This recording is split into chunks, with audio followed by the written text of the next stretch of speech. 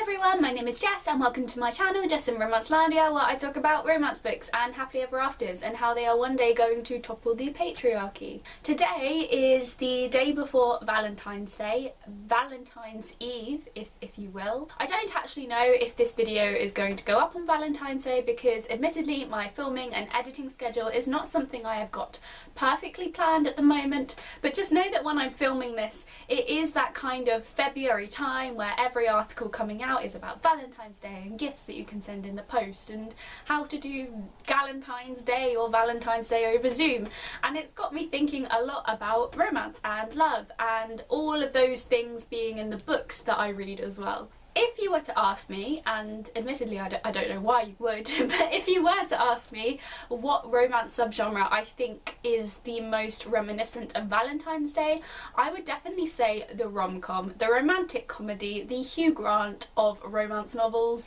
There is just something about the humour and the heart and the whimsy of the romantic comedy that I think makes it so well suited for this season. So I thought that today I could recommend you guys 5 rom-com, not sure why I did 10 fingers there, can't count, 5 rom-coms that I think you guys should read if you're after a little bit of Valentine's Day feeling in your life. I've decided to leave out really obvious picks. It's kind of like when people do book videos about their all-time favourite books and they put in Harry Potter.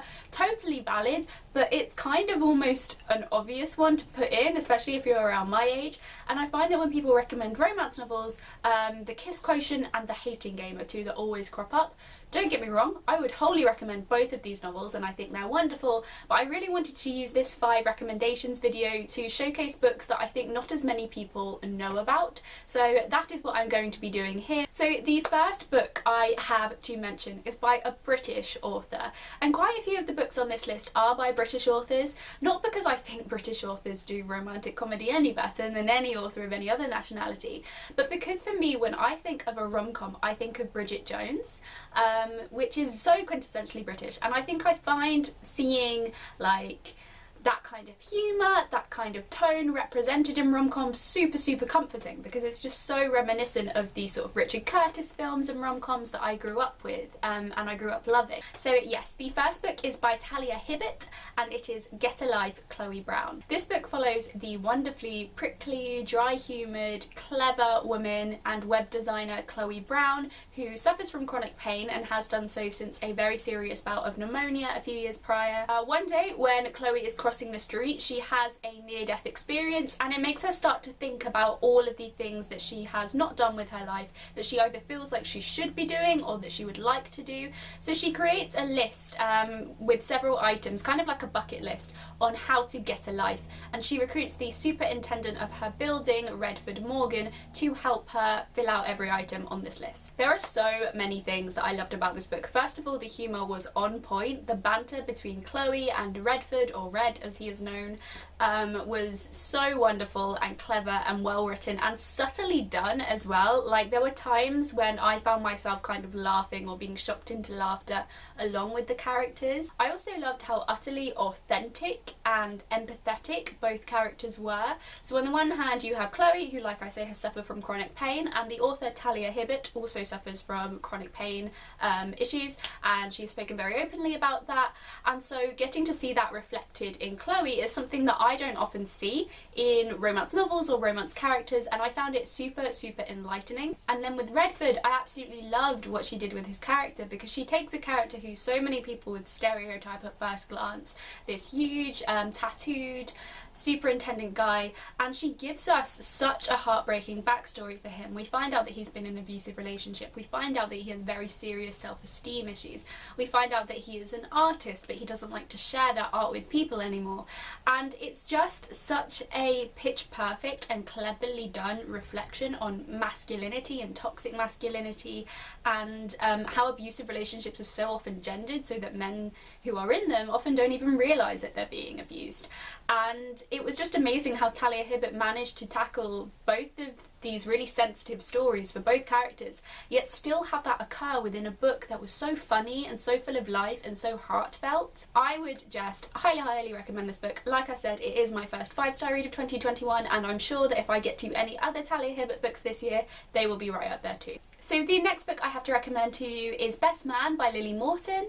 I've mentioned Lily Morton on this channel before. She is another British author that has this kind of trademark snark that I find so unbelievably charming. Most people, if you've read her, would probably have read Rule Breaker, which is her most famous book, but as I've recommended that one on this channel before, I decided to recommend the first book in another of her series, which, like I said, is Best Man, which is the first book in her Close Proximity series. So Best Man has a really interesting setup because it follows two characters, Zeb and Jesse, and Zeb is the owner of a company that is basically there to help LGBTQ plus folk in London and further, and it provides an array of services, and one such service is that if they need a fake boyfriend, girlfriend, partner to take to family functions or work functions, they can hire an actor from Zeb's company to go with them, and one of those actors is Jesse, who is a 20-something, a vivacious 20-something living in London, who does this job for Zeb whilst also nursing a huge crush on his boss, who is 20 years older than him. One day, Zeb summons Jesse to his office with a proposal that Jesse pretend to be his new partner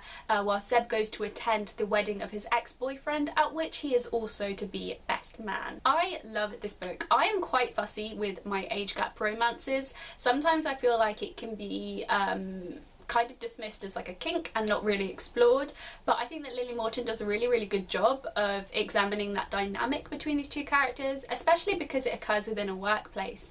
She's very careful to show that Zeb is absolutely set on never using his position to exploit or manipulate Jesse, and they have conversations about whether what they're doing is right throughout the book. So it's very sensitively handled, and I really enjoyed it for that reason.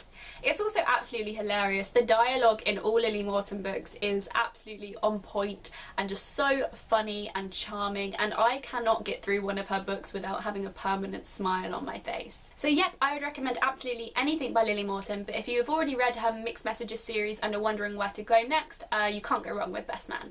The next book I have to mention is The Road Not Taken by Sarah MacLean.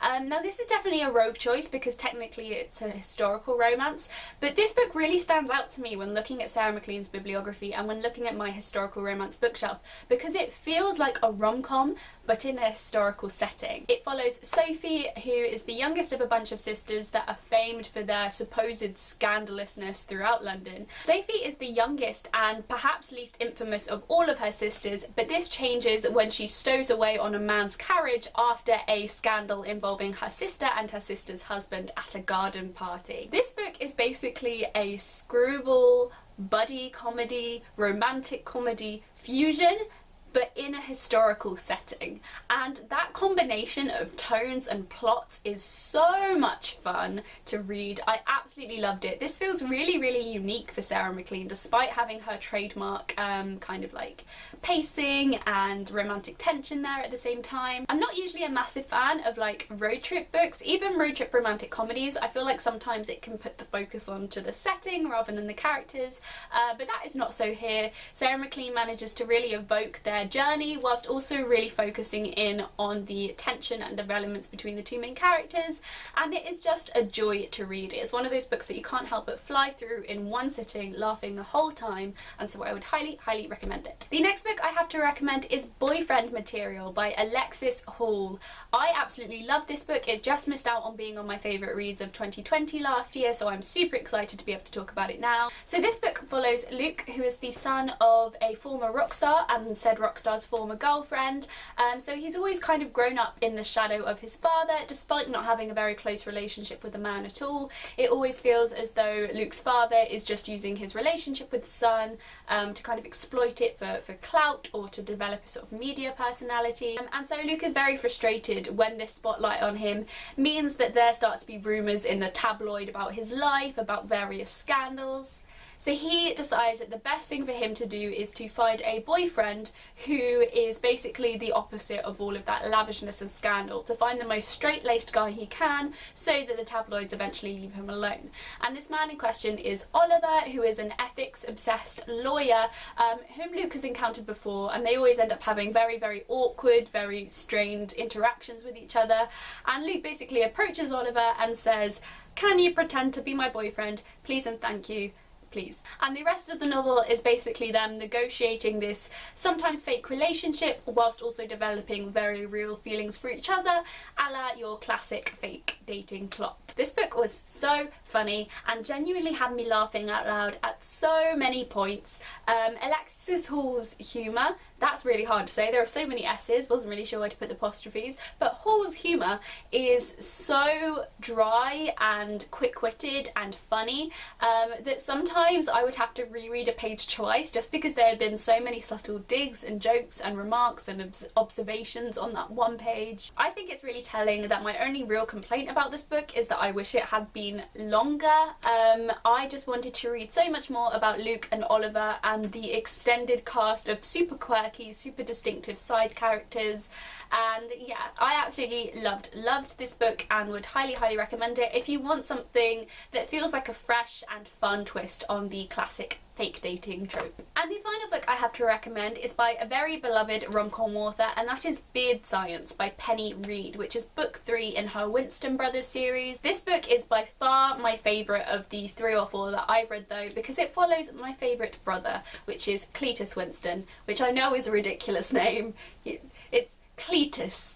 Like, never did I think when I started this channel that I would be like fawning over a romantic hero called Cletus. Anyway, so Cletus is the quirkiest of all the brothers, I suppose you could say. He is very intelligent, very cunning, but nobody really seems to understand how his brain works. He seems to be the kind of mastermind behind several plots and schemes and mishaps involving the Winston family. And so it's kind of surprising when this maverick personality is paired with Jennifer Sylvester, a young woman who is known as the local banana cake queen, and has been kind of moulded into this society darling by her mother and father, despite in reality being very awkward and not enjoying social interaction much at all.